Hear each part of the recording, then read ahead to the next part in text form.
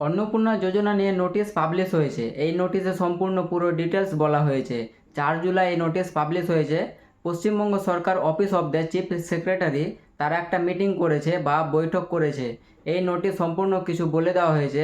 Meeting কেন করা হয়েছিল, এই সভা করা হয়েছিল অন্নপূর্ণা যোজনা আবেদনপত্র যাচাই, অনুমোদন, বাতিল হওয়া আবেদন পুনরায় পরীক্ষা এবং দ্রুত সুবিধা পৌঁছে দেওয়ার অগ্রগতি পরিচালনার জন্য। আবেদনপত্রের বর্তমান অবস্থা: মোট আবেদন এসেছে 1,62,00,000। এর মধ্যে অনুমোদিত 1,22,00,000। অস্থায়ীভাবে বাতিল করা হয়েছে 27,83,000 জনের। কেন বাতিল হয়েছে, যেসব কারণে আবেদন আপাতত বাতিল হয়েছে কারণগুলো বলে দেওয়া হয়েছে। যাদের পরিবার ইনকাম ট্যাক্স দেয়, আর হচ্ছে বাড়িতে 3টের বেশি ঘর আছে, আর হচ্ছে জিএসটি, ব্যবসার জিএসটি নম্বর আছে, এই ধরনের ফর্মগুলোকে বাতিল করা হয়েছে। এগুলো চূড়ান্ত বাতিল নয়, এগুলোকে প্রফেশনাল রিজেকশন বলা হয়েছে, অর্থাৎ আবার তদন্ত করা হবে। যেসব আবেদন আপাতত বাতিল হয়েছে সেগুলো বাড়ি গিয়ে তদন্ত করা হবে। আবেদনকারী সত্যিই অযোগ্য কিনা তা দেখতে হবে। কাজ শুরু কবে থেকে?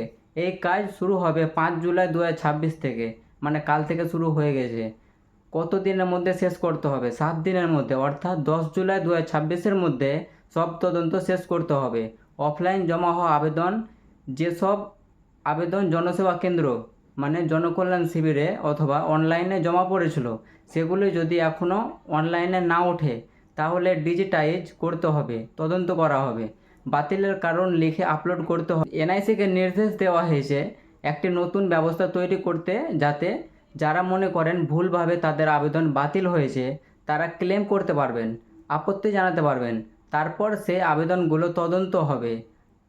এবং এবং আধার ও ব্যাংকের সমস্যা, যদি কারোর আধার সমস্যা থাকে, ব্যাংক অ্যাকাউন্টের সমস্যা থাকে, টাকা ট্রান্সফার ব্যর্থ হয়, তাহলে জেলা প্রশাসক ব্যাংকের সঙ্গে যোগাযোগ করে সমস্যার সমাধান করবে, যেন কোনো যোগ্য ব্যক্তি বাদ না পড়ে, আর কোনো অযোগ্য ব্যক্তিও সুযোগ যাতে না পায়।